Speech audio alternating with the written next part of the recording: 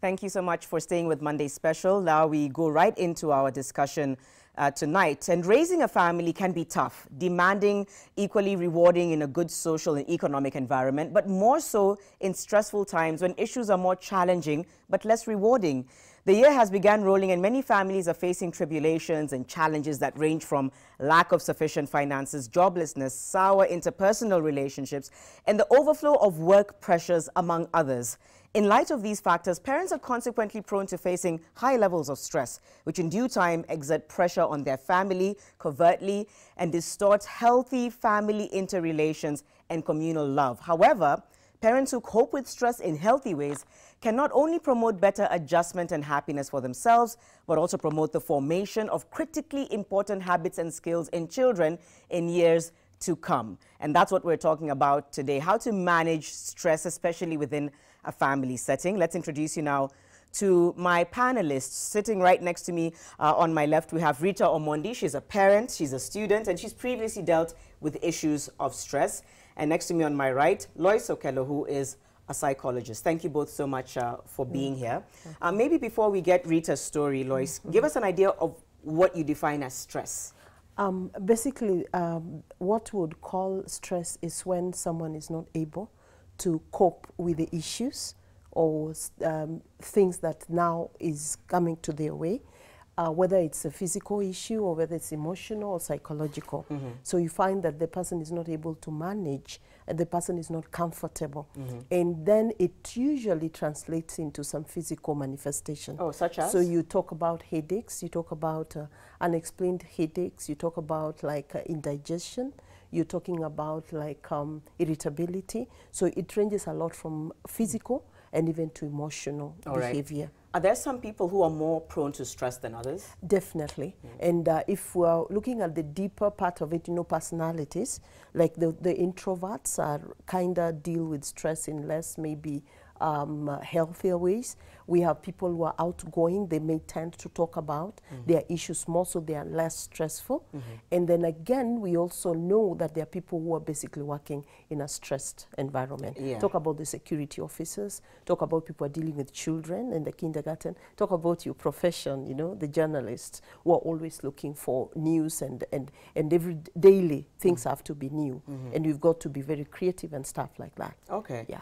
And that's where you come in, Rita. Just tell us a little bit more about your story or a certain situation that stressed you out. Okay. Janet, I started out as a stay-at-home mom. I have 4 children, and I've been married for 13 years. In the first years of my marriage, I decided to stay home and take care of my children, because that was intentional. It's something I just decided to do. So around the time when my youngest turned 5 years, I started feeling a bit not comfortable staying at home. He's 7 now. I started feeling like I wasn't comfortable at all. And I don't know where I got the idea from that my age was more advanced now. It wasn't going to be easy for me to get a job. So I just started getting worried and getting anxious about my future, and I wasn't seeing any prospect at all. No job. I don't know why I got so hopeless. I wasn't seeing like I was going to get a job at my age, and at that time I was just getting into my 30s. But let me take you back.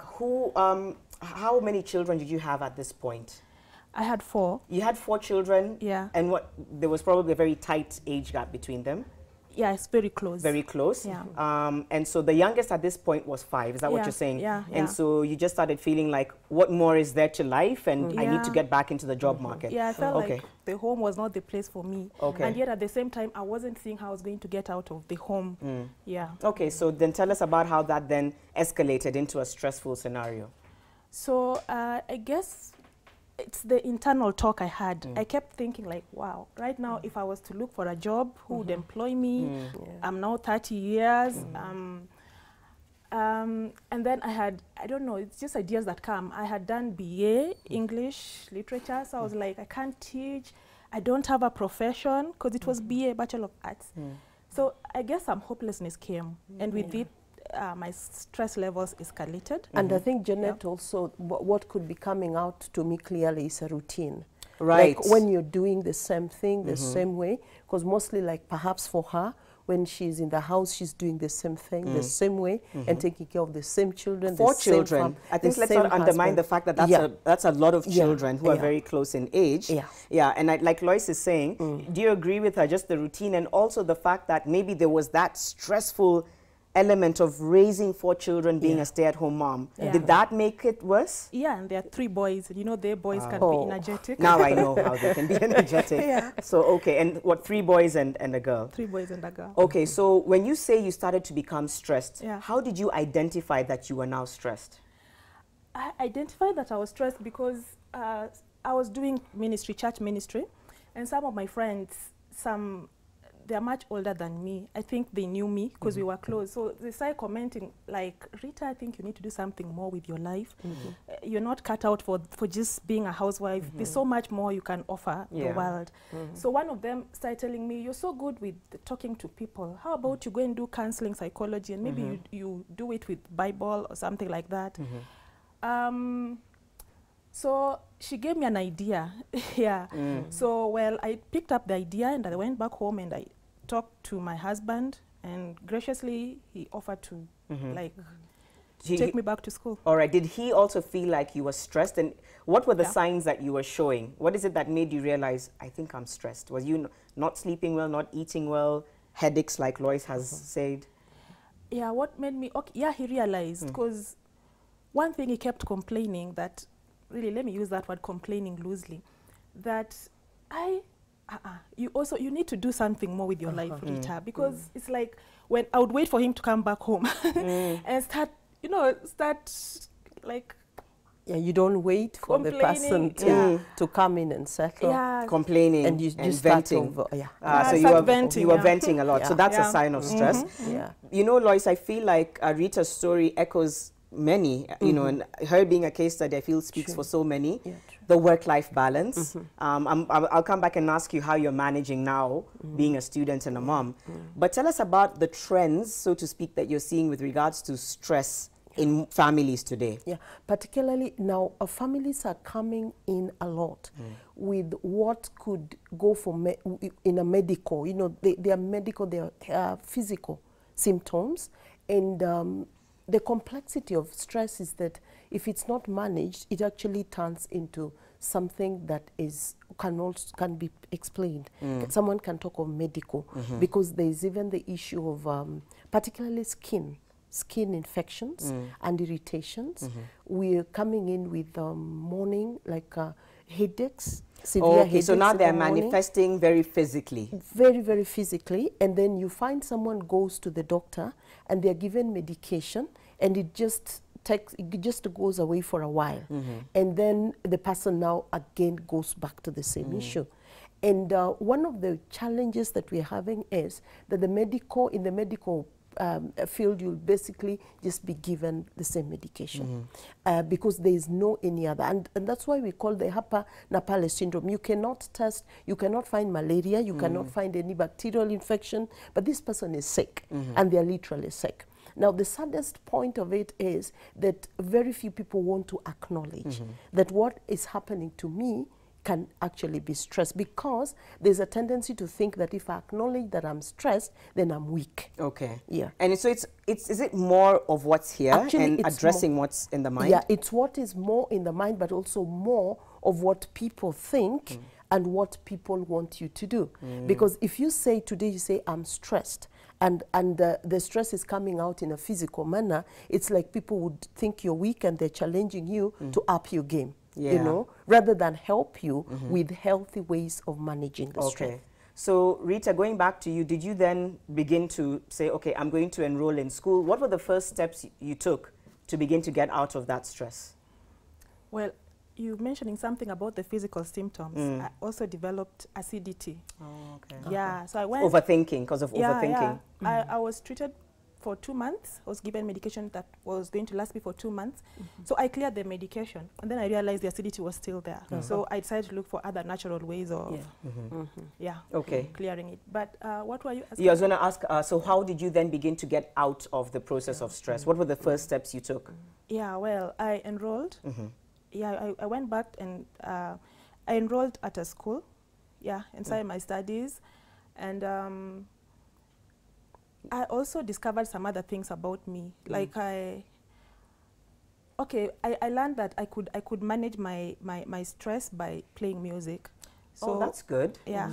Okay. Yeah. So that's something that I do, and that's something I learned by staying at home. So it's I'm grateful for that. So every time I was feeling really, really stressed up, I would just go, and I do it to date. I would just go and play keyboard. I play keyboard. And that way I would debrief. Debrief, I guess, get out there. Yeah. You're probably going to mention that's another healthy way to. Particularly because, you know, now for her case now was an issue of she has too much to do because of the children, but again, it's a routine. So it's something that almost renders her redundant. So she needed now to get another activity that is more interesting and more creative. Right. And then definitely we will talk, maybe we'll mention it later, that there are certain levels where now you get to a stress level, you must go physical. You must do something physical about it, because it's like shaking off, so that your body begins to wake up. Okay. As we'll wind up in a few moments, and I'll ask you about, you know, the signs and how to address it. Just going back to you, Rita, how did, first of all, how is it now for you? Because now you've enrolled as a student, but you still have 4 children at home, you have a husband, and you have all the other projects. How are you managing to balance it all without being stressed? Well, I guess it's very key for everyone, especially parents, to have the self-awareness, to realize when the stress levels are escalating, when things are getting out of hand, because the moment you know who you are, or you know how you react to various reactors in the environment, then you'll know how to calm yourself down. You'll also learn what to do. You'll know what to do to get out of that stress, so that it doesn't continue. So you identified it, and you were able to say, this is what happens when I'm stressed, and this is how I can address it. How did stress affect your family? How did it affect your relationship with your husband, and how did it affect your relationship with your children? You know, when you're stressed, especially for us, I don't know whether it's all of us women or it's just some of us. Okay, for me, I found myself sometimes yelling, you know, like yelling. Once or twice I caught myself really yelling at my children. Yeah, like you feel like you just can't take it anymore, so you burst out. Okay. And so they also panic, and they're like, what's wrong with mom? Since for me it happened just once or twice, I can count 2 times that I noticed that happening. But like I'm telling you, I'm so self-aware. So that when I notice I'm behaving like that, I talk. And I have a very cooperating husband, so that when I see those things, it's like a therapist to me somehow. So I'll go and tell him, and he has a way of calming me down. And because I'm also doing counseling psychology, that has also helped, because we used to talk in class, and then after that I had my own personal therapy that helped me to even become more self-aware and to know how to handle my stress. As we wind up, Loisa, you want to add something? Yeah, I think the most important thing that she's mentioned is being aware and just acknowledging. And that when you know you have too much to do at one specific time, I think the best that someone can do is look for support. Either support in terms of the help, practical help, somebody help me with the children, somebody help me with the housework, somebody helping me. Because a lot of families particularly think that they need to do stuff on their own. You know, because if I do that, then I'm a good mother. I'm a good wife when I do things on my own. And that's the understanding that is really driving, and particularly the ladies really, really crazy. Or on the other hand, you get so tired, so you've left everything to the person who is helping you to caregive. And then this person does them not to the standards, and then you end up again yelling and criticizing, and then the stress levels just escalate. So it can be a vicious cycle. So it's a vicious cycle. So as you wind up, how can people begin to deal with their stress? I know Rita has talked about, for her it was music or being aware, and the fact that she's studying clinical psychology. I think that helps a lot.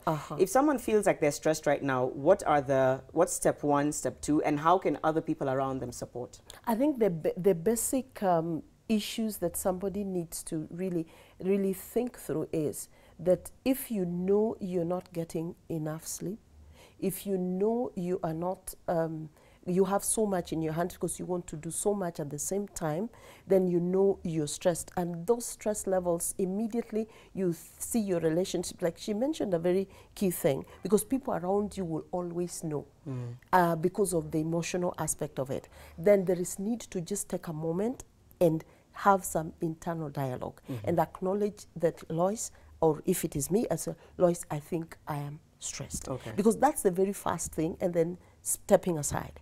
Now, stepping aside means, you know, sometimes people just need 3 minutes of silence and just doing a bit of like deep breathing so that they release their stress. Some people may not even have the time to do any physical activity, but what they need to really take into account is if this environment does not allow me to do something, then I need to find even something to do with my mind. You know, just accepting that I'm in this stressful environment, and when you get any short period of time, you do take just a break. And finally, how can the family support? Because like she's saying, whether, and you know, for you, you're lucky because you have a cooperative husband and you acknowledged and realized you were yelling once or twice. What can a family do if they realize she's stressed or he's stressed but we don't know what to do? I think the best that families can be able to do is to alert the person. Okay. That they've noticed a change, and could they be stressed? You know, calling the situation as it is. Because when you alert somebody that could you be stressed, then they may, of course, many people go defensive and they shout more and say, you know, I'm not.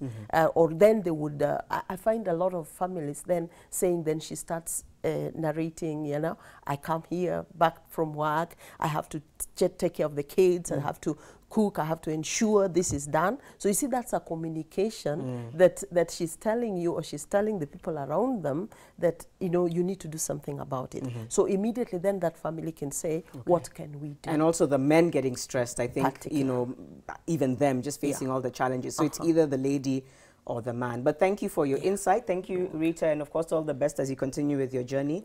And thank you so much for watching the discussion.